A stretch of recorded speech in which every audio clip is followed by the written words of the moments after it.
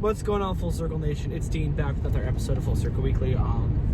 So, I think one of my favorite quotes, and what pretty much talks about my entire existence right now, is Daniel from Asheville's "One step forward, two steps back." Like, not really. He's like, you fight. You get a half a step forward, and then you get knocked back 2 steps. And that's pretty much how we're feeling lately. So, we're doing good, actually. Really happy today. Today was definitely a small win. The gate for the trailer of the or the gate for the truck bed that has the gate, that's going to be kind of cool. So you can drive mowers onto the truck bed. Actually, we should test that soon because it might not work, and then that would be another problem. But assuming everything works, the gate wasn't working right because long story short is the gate warped. And because the gate warped, it no longer went up and down correctly, so we cut all the hinges off, welded a piece of bar stock to it, and put all the hinges back on, and now it works again. We got all of our snow equipment taken off, and thankfully my pops has a office that's, it's probably half hour, it's about half hour from here, from where our shop is, and we can put it behind there, kind of in the back, out of the way, which is awesome. So that's free parking for that in the winter. That got that all chained up, tarped, all that stuff.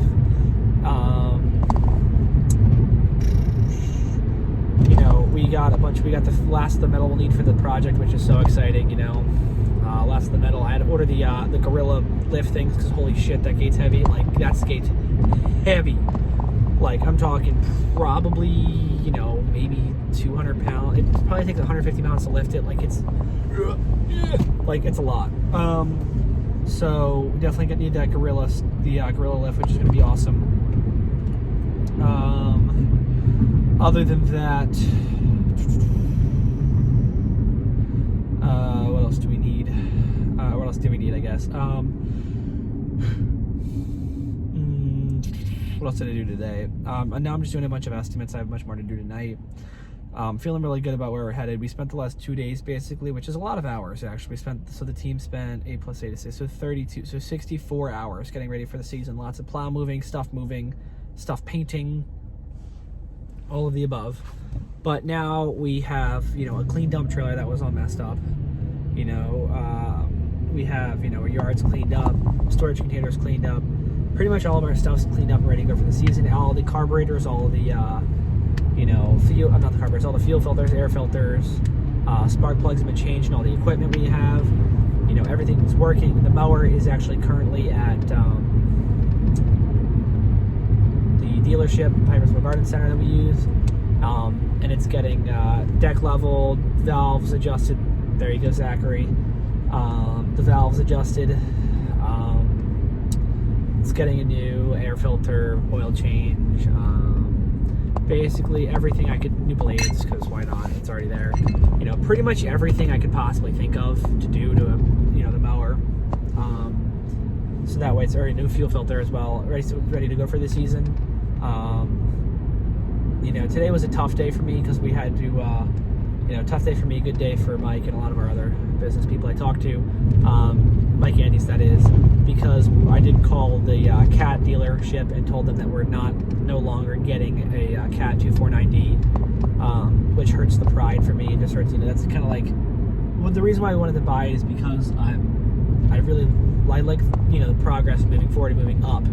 And, to me, it was a point where, moving up meant getting that, and it still does. But, we're not buying a yard. We don't have any cash, like I talked about. We do have some cash. We don't have a lot of cash.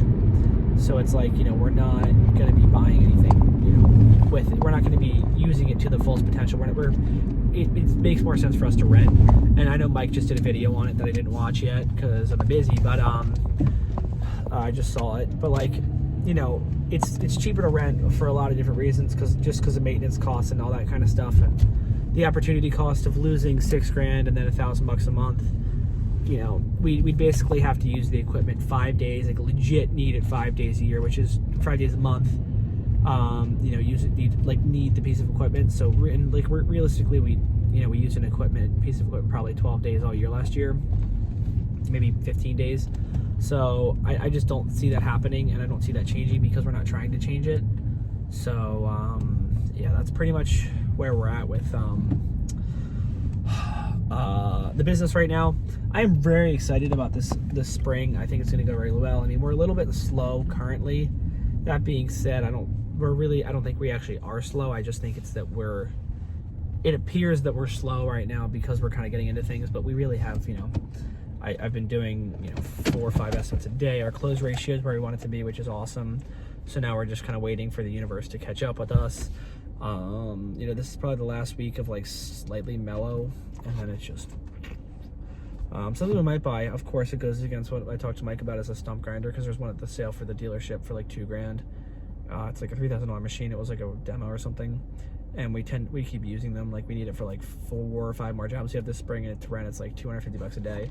So if it makes sense for just this spring, we have another larger job for stump grinding that we just got offered, which it's a little one to do a bigger job, but it's an easy thing to do, and just to easy thing to teach. So we'll see.